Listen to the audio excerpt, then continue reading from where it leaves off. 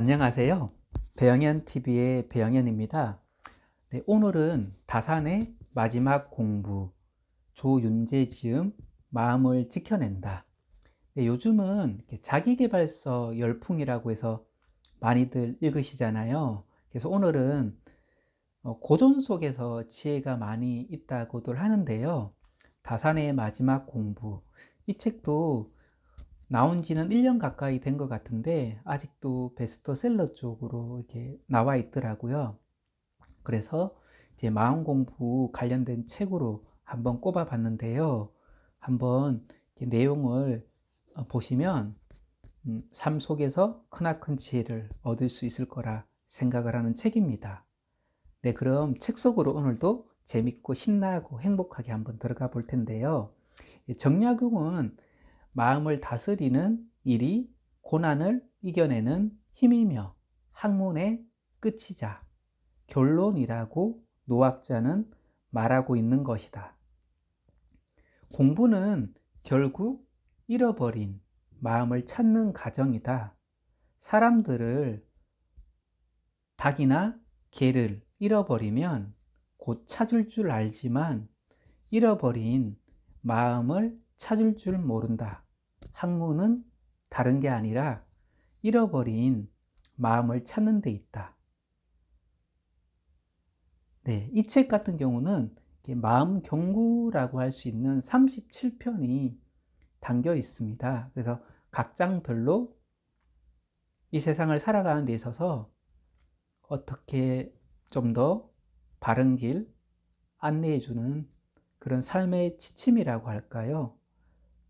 그런 나침반 같은 좋은 말씀들로 구성이 좀 되어 있습니다. 서경에는 특이한 점이 하나 있다고 합니다. 전설 속의 군주이긴 하지만 요순의 시대에 특이한 점은 임금들이 자신의 혈육이 아니라 천하의 타고난 인물 속에서 가장 능력 있고 도덕적인 인물을 후계자로 삼았다고 합니다. 그리고 백성을 두려워하고 공경했다고 합니다. 예, 오늘날도 지도자분들이 이런 모습으로 백성을 대하고 국민을 대한다면 삶이 더 아름다워지고 살기 좋아지지 않을까 생각을 한번 해볼 수 있는 큰 울림을 주는 구절이더라고요. 그리고 바르지 않은 길에서 멈출 줄 알면 바른 길을 갈 수 있다고 합니다. 예, 그리고 누군가를 믿기 위해서는 이렇게 자신부터 믿어야고 합니다. 예, 자기 자신을 믿는 마음 상당히 중요한 요소 중 하나죠. 그리고 큰 일을 하는 사람은 작은 일에 연연해서는 안 된다. 그렇지만 또 일상의 작은 일들을 소홀히 하는 사람은 큰 일을 또 이룰 수 없다고 하네요. 예, 그리고 또 우리가 두려워해야 할 것은 하늘뿐이라고 합니다. 예, 흔히들 이런 경우들 있지 않으시냐요? 사소한 이익 앞에서 흔들리거나 옳은 일인 줄 알지만 눈을 감고 싶을 때, 그리고 어려운 일 앞에서 두려울 때,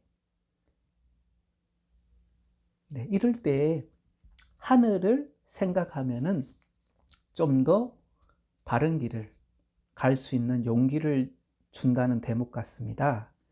예, 그리고 이 사람이 솔선수범해서 먼저 덕을 베풀어야 한다고 하네요. 예, 국악대사로 불리는 지센리는 선정한 고전 148구절에도 포함되어 있다고 합니다. 지센진의 148구절은 읽기만 해도 격이 달라진다고 합니다.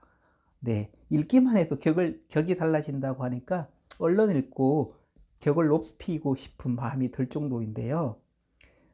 사람들에게 148구절에 대해서 읽고 스스로 성찰하라고 권했다고 합니다.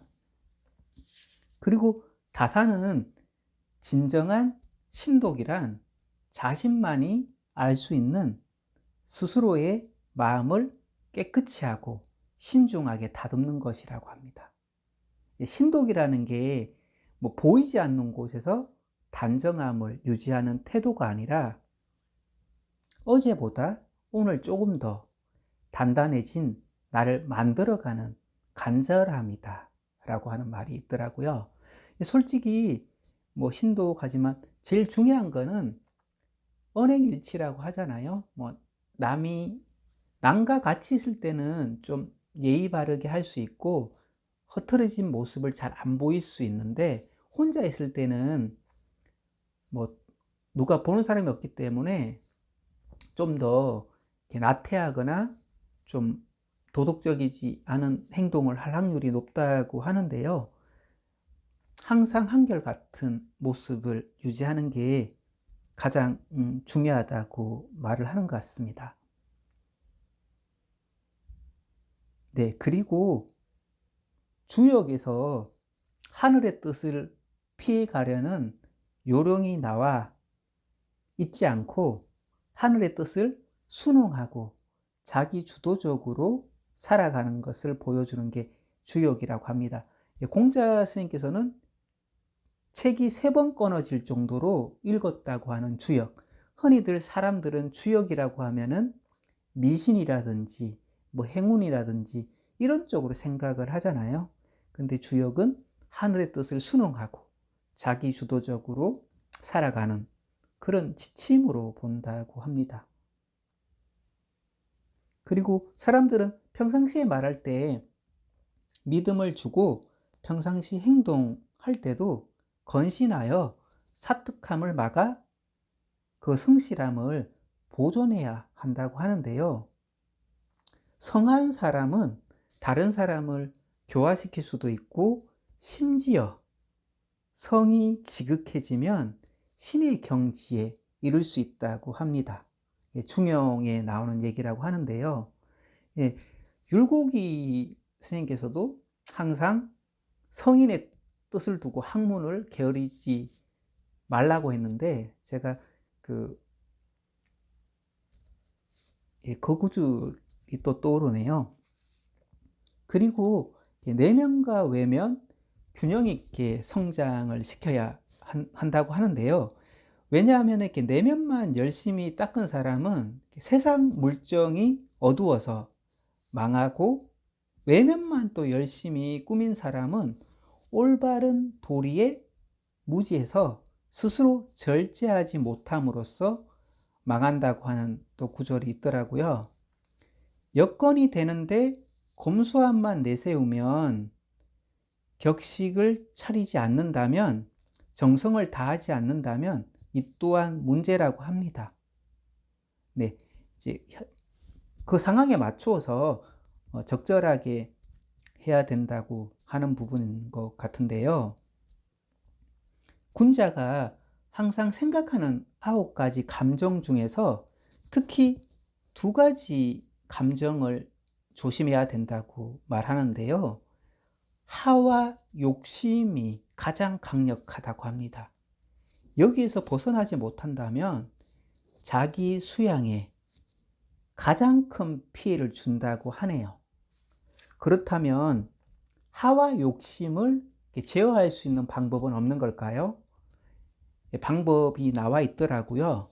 고요하고 편안한 마음으로 생각할 수 있으면, 멈출 수 있다면 하와 욕심의 유혹에서 휩쓸리는 자신을 부끄러워질 것이다. 네, 편안한 마음으로 생각을 하면서 좀 멈출 수 있다면 하와 욕심으로부터 좀 자유로워질 수 있다는 글인데요. 네, 이 책은 이런 식으로 해서 총 37장으로 구성되어 있는데, 제가 좀 보면서 좀 좋았던 내용들을 한번 정리를 짧게 한번 해봤고요.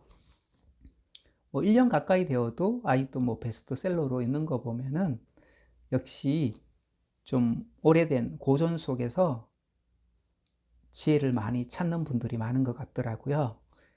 그러면 오늘도 방송은 이렇게 마무리하도록 하겠습니다.